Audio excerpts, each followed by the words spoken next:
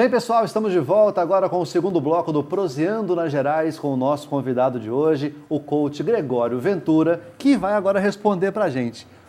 Como é que foi que você chegou à conclusão de que ser padre não era realmente a sua praia, apesar de continuar dedicado à religião, e que o seu foco seria um outro lado profissional?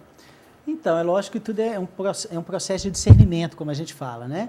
Então, você percebendo que não é esse o chamado, você tem um chamado, aquilo que a gente chama de matrimônio, né? E que para isso você também tem um chamado que dentro da sociedade você pode também ter um exemplo cristão, você pode servir a Deus através da sua profissão, através daquilo que você faz. Então, pensando em tudo isso, discernindo tudo isso, você vai mudando sua direção, né? Você não muda o propósito, você não muda a causa, aquilo que está no seu coração, mas você muda o caminho. O caminho, é a forma de fazer, né? Então, foi por aí. Aí eu sempre pensei em ser administrador, né? Eu tive, assim, muita clareza do que eu queria, né? Desde os 15, 16, 17 anos, assim, eu sempre tive essa tendência, né? Essa questão da liderança, essa questão da administração. Me encantei com a administração. Meu primeiro emprego mesmo formal foi no consórcio Monvep, né? Então, eu entrei lá no consórcio Monvep e tinha lido, na época, um livro que me interessou muito, né? Virando a Própria Mesa, do Ricardo Semler, né? Porque a administração era aquele negócio, assim, às vezes muito fechado, né? Vivíamos no militarismo, né? E o livro do Ricardo Semler, Virando a Própria Mesa, me chamou a atenção, que ele falava um pouco, né, de virar a mesa mesmo da administração, do jeito de fazer as coisas. E era um jeito que eu pensava, né? E a primeira vez que eu tinha ouvido aquilo ali, aquilo me chamou a atenção. Bateu.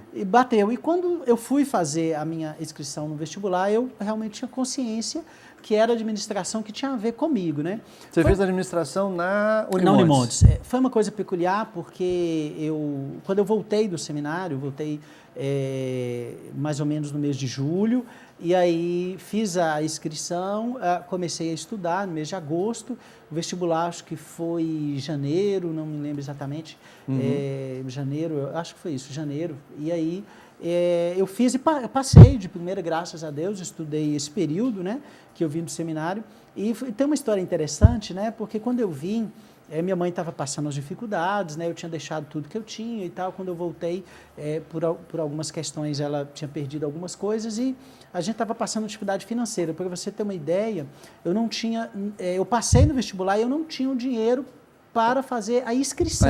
Eu não tinha o dinheiro para pagar a matrícula. E aí, uma amiga da igreja, né, a Inês, mais um padre amigo da época, que era o padre Miguel, jesuíta, ele falou, não, você vai fazer.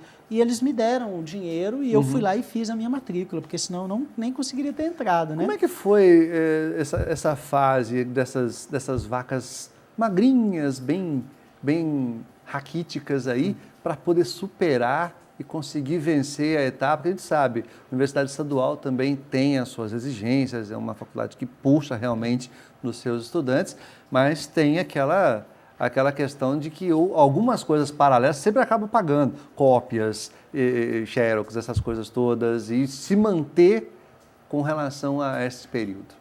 Foi um período difícil, porque primeiro a gente morava numa casa, assim, não era nem rebocada, tínhamos dificuldade de alimentação às vezes, eu cheguei a comer várias vezes só arroz e feijão mesmo, a gente estava passando um período muito difícil. Para estudar, eu tinha que ir a pé, às vezes, para a faculdade, e os 6 primeiros meses foram pagas. Ela se estadualizou depois de 6 meses que eu entrei. Então, 6 meses eu pago e eu ficava devendo, né? Né? Então, assim, aí pedi a faculdade e quando você volta, no caso da minha experiência no seminário, eu tinha cortado muito tempo, eu tinha trabalhado com o consórcio Monvep, mas tinha cortado a vida profissional, você fica com dificuldade de conseguir emprego, né? Então, eu tinha dificuldade de conseguir emprego, para você ver, né? Fica fora do mercado. Do mercado, e aí eu busquei, pedi a faculdade, me arrumou um estágio, fiz o estágio na Polimontes, depois um estágio que eu consegui, que aí me ajudou a pelo menos ter o básico, né? E aí depois eu fui para o SESEC, do Banco do Brasil, fiquei uma época lá e tinha ticket, alimentação, essas coisas, que as coisas pelo menos se estabilizaram um pouco. Começaram a melhorar. Começaram a melhorar. Então foi uma luta, o primeiro ano de faculdade foi uma luta e tudo, né? Não foi fácil não, foi um período muito difícil. Mas apesar de toda essa dificuldade que a gente vê, a questão da meta, da vontade supera, porque eu soube aqui que inclusive você foi premiado dentro da faculdade, se destacou essa questão de empresa júnior e tal. Como é que foi essa fase? Então, olha, eu pensei assim, sabe, o que nessa época vinha, eu sabia que pelo estudo eu poderia mudar a minha vida, a vida da minha família, da minha mãe, eu poderia melhorar as coisas, né? Uhum. Então eu investi muito no estudar, na faculdade, né? E aí eu conheci a Empresa Júnior, me encantei pelo projeto Empresa Júnior. O projeto Empresa Júnior é um projeto de estudantes que dentro da própria faculdade já começam a atuar no mercado de trabalho. Então eu deixei o SESEC, aquela tranquilidade do tipo de pedir para sair, e investi tudo na Empresa Júnior, mesmo com toda a dificuldade, porque na Empresa Júnior você não ganha como nada. Eu acabei sendo eleito presidente no segundo ano de faculdade, com todas essas dificuldades financeiras, deixei o que eu podia ganhar de imediato, passar a vida difícil ainda, para apostar no futuro. Apostar no futuro. E aí entrei na Empresa Júnior, fui presidente, a Empresa Júnior começou a crescer, eu comecei a trabalhar junto com a equipe da diretoria, montamos processos, começamos a fazer muita consultoria, uma parceria com o Sebrae. A antiga diretoria, que foi quem fundou, tinha deixado de uma parceria com o Sebrae, a gente continuou essa parceria e a coisa foi crescendo muito, né? Aí cresceu de tal maneira que eu acabei ajudando a montar a Federação das Empresas Júnior de Minas Gerais, fui um dos fundadores, o primeiro presidente da Federação das Empresas de Minas Gerais, eu comecei a viajar. E eu já nessa idade, o Sebrae já me levava para dar palestra, porque como o modelo aqui foi sucedido, eu como estudante pegava um ônibus daqui e saía viajando para dar palestra em outras faculdades sobre empreendedorismo. Eles me treinaram para isso. Nem se falava nesse termo na época, nem né? Empreendedorismo, estava começando. Aí eu já falava sobre empreendedorismo nas faculdades, sobre empresa júnior, ajudando a montar a empresa júnior nas faculdades de Minas Gerais, né? E aí eu se destaquei, aí o CRA, que é o Conselho Regional de Administração, que você está falando aí, né, do prêmio, resolveu me dar um prêmio de acadêmico de destaque em Minas Gerais pelo meu trabalho. Aí eu acabei foi a primeira vez que eu acho que um acadêmico normalmente ganhava o pessoal de Belo Horizonte, do interior ganhou, né? Ganhou. E aí depois resolvemos fazer o Congresso Internacional de Empresas Júniores, né, em Belo Horizonte, pelos 100 anos de Belo Horizonte, em 97. E aí, dentro desse projeto e do prêmio, eu acabei indo para a Europa conhecer a Empresa Júnior, onde que ela nasceu na Europa, visitando a Alemanha, Itália. Fiquei 10 dias lá visitando, né, conhecendo. Prêmiozinho, né? ruim, hein? Sim. Pô, que horroroso. Cara, então foi muito bacana. Imagina, olha para você ver, e a gente foi, mas assim, só que eles pagavam viagem, avião, uma série de coisas, só que não tinha esbanjamento, né? Então nós praticamente comemos dos 10 dias, uns 7 dias no McDonald's lá. Maravilha, Era viu? tudo no Estudante, sanduíche você mesmo. imagina, Vai porque foi gastar eu, onde? e a gente acabou levando mais 5 estudantes, eles levaram mais 5, então fomos 6, né? Éramos 6, né? Então, Bom livro, éramos 6. então fomos, então foi uma maravilha e tal, mas tem uns fora que a gente deu lá, sabe? Imagina. Eu já ia falar, essa fase de faculdade realmente costuma render boas histórias. Imagino que com tudo isso deve ter um livro de histórias boas para contar aí.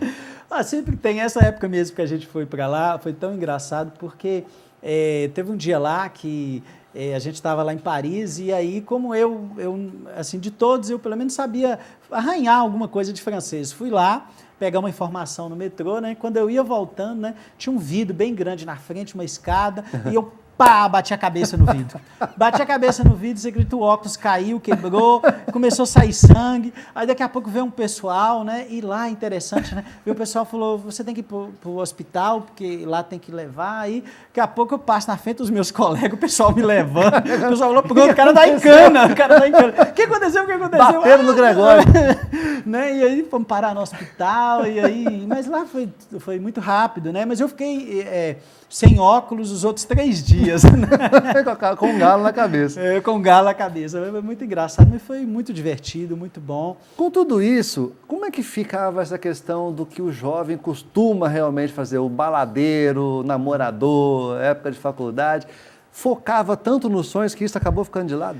Não, a gente saía com os colegas, assim, de vez em quando a turma, eu gostava de sair, a turma da nossa faculdade sempre foi muito unida, muito unida, uns colegas muito bacanas, né? Uhum. E a gente saía ali para a avenida, mas a gente não tinha muito dinheiro. Eu lembro da época do chopp do 99, aí a gente contava, eu tenho R$1, ele tem R$1, então a gente contava, então às vezes tinha um chopp para quatro. R$5, então a gente ficava enrolando com o chopp ali, né? Uhum. Então, mas eu não era de ficar muito tarde, não, sabe? Minha mãe também ficava sozinha, então eu acabava não ficando, agora, assim, grandes baladas, essas coisas eu nunca fui. Fui de sair com a turma um pouco ali, mas essa época eu era muito centrado, e com essa questão da empresa Júnior, de presidente da federação, e de muita atividade profissional que começou a vir junto, então eu acabei sendo muito centrado nessa época, sabe? Eu tinha um desejo, tinha um sonho, eu queria vencer na vida, então isso vinha em primeiro lugar. Foi aí que acabou surgindo, então, chegando o primeiro livro?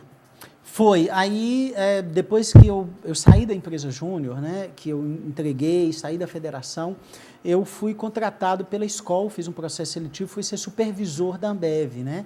Supervisor e gerente. E passou 2 anos, eu escrevi meu primeiro livro, que eu resolvi contar essa história da empresa Júnior e colocar em livro. Chama Projeto Empresa Júnior, inserindo o universitário no mercado de trabalho.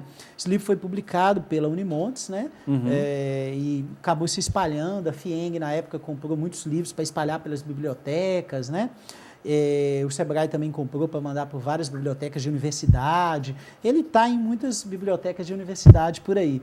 E a Unimontes é que publicou, né, esse primeiro livro. Então, foi realmente o primeiro livro, né? Então, bom, eu tinha plantado uma árvore, tinha escrito um livro. Então, faltava um filho. Um né? filho. Mas esse filho veio 3 anos depois.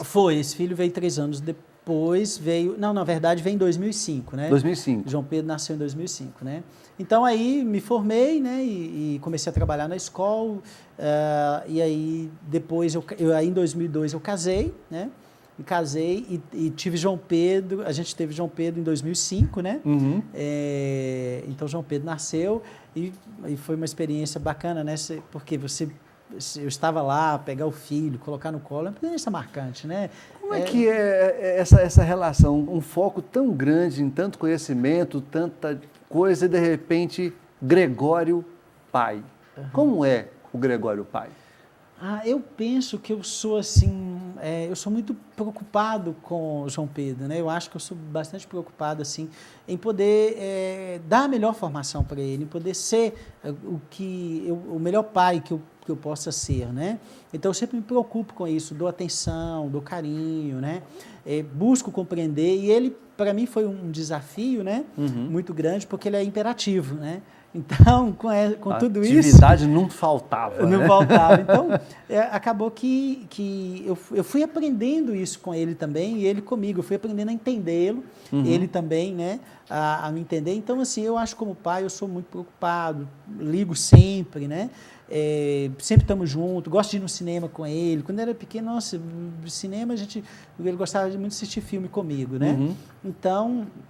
eu levava muito no cinema, a gente gostava muito de ver filme, até hoje, né? A gente acrescentou bastante, pelo que eu posso perceber. Muito. Você não sabe quanto. Me fez ver a vida de outra maneira, melhor, né? E acrescenta muito. A né? cada dia uma nova surpresa. Não, nova surpresa, isso.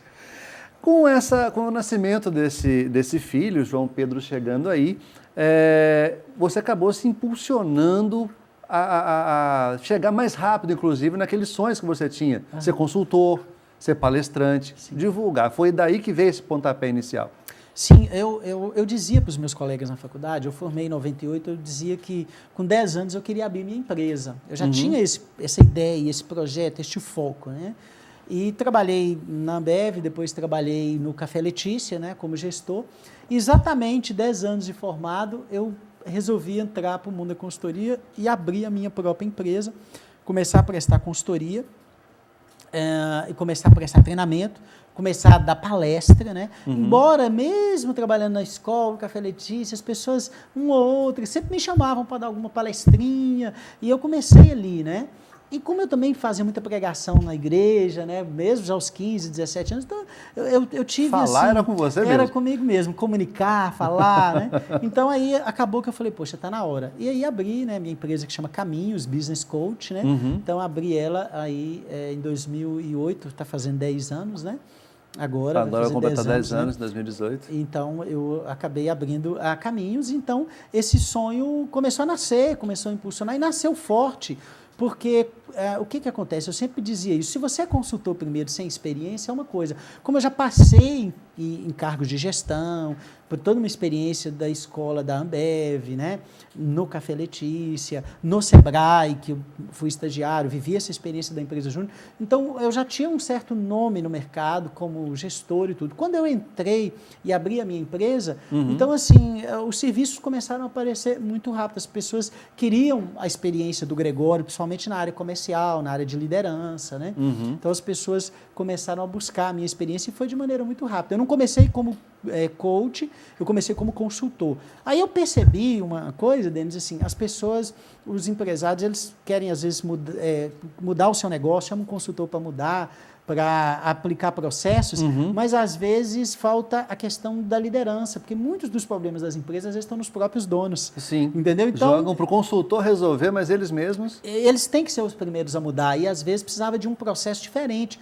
E eu descobri que não era só por aí, né? E aí foi onde que eu enveredei pelo mundo do coach e que eu vi que era o caminho para a mudança efetiva do empresário. Aqui na região você acabou tornando-se o pioneiro do coaching. Sim. E você sabe o que é coaching?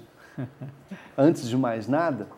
Então vamos fazer o seguinte, intervalinho rapidinho, já já a gente volta para Gregório contar para você o que é coaching e por que ele foi o pioneiro aqui na região. Segura aí que a gente já volta.